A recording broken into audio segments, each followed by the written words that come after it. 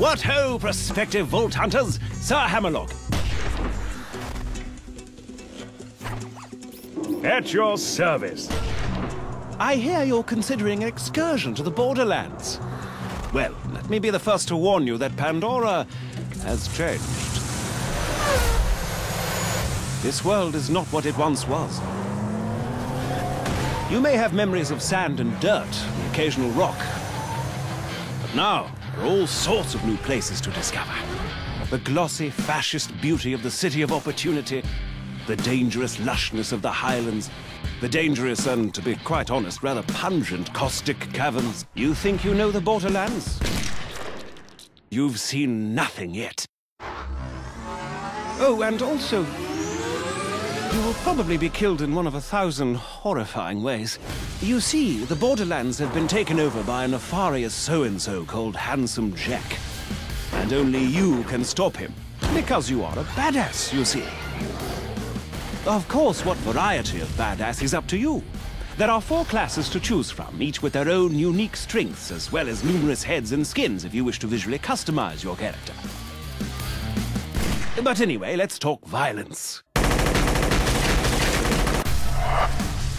Maya, the Siren, can use her phase lock ability to control the battlefield, imprisoning enemies, healing her allies, and dealing an awful lot of elemental damage. See those bandits? Notice how they aren't on fire? Maya shall fix that. The Commando Axton uses his saber turret to attract the hatred of his enemies and deal a great deal of damage. He can also attach a nuclear bomb to his turret, causing a hilariously large explosion every time he deploys it.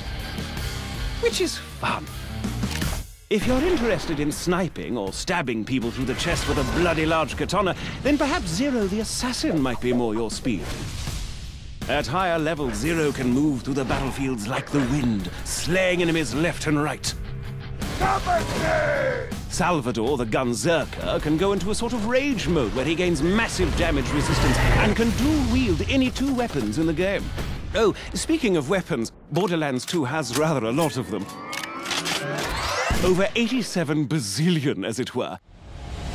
All of which you can trade with your friends or store in your own personal bank.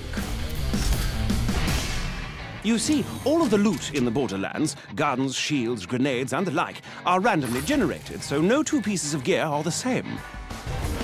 Perhaps you'll find a minigun that shoots explosive rounds, or a submachine gun that covers your enemies in acid, or a pistol that explodes like a grenade when you reload it. While I'm at it, I should mention grenades. Out in the Borderlands, grenades are just as varied as the guns, really. There's bazillions of them, and they can create black holes or spray fire everywhere, or... I'll give you an example. Have you ever thrown a grenade that homes in on its target, sticks to them, then explodes into 5 separate grenades that cover everything around them in acid? Because in the Borderlands, you certainly can. And you'll almost certainly need to use such devices, for you see, the lovely locales of the Borderlands are filled with hundreds of new and dangerous foes that will rip you to pieces in an instant. Bandits, creatures, robots, even deadly plant life. There's no end to the number of things on this planet that wish for your untimely death. Take the wormhole thresher. Spiky fellow, more than a little dangerous. He can attack you with his tentacles, dive underground to hide from your gunfire, and lob spikes at you from a distance. And if that weren't bad enough, he can also create a singularity around his body, pulling you into close range so he can skew you on his retractable spikes. And he's only one of the many, many opponents you'll face off against. Don't even get me started on the nomad torturers, the warlorders, the badass Varkas. Gives me the willies just thinking about them. Fortunately for you, brave adventurer, as you progress through your mission, you'll gain new skills. Powerful relics and badass points, which will allow you to reach all new levels of badassness. Relics can improve any aspect of your character, from health to fire rate, vehicle speed, while class mods can improve certain skills far beyond their maximum limit. For instance, take a gander at Zero's backstab skill, which increases all melee damage done against enemies who aren't facing you.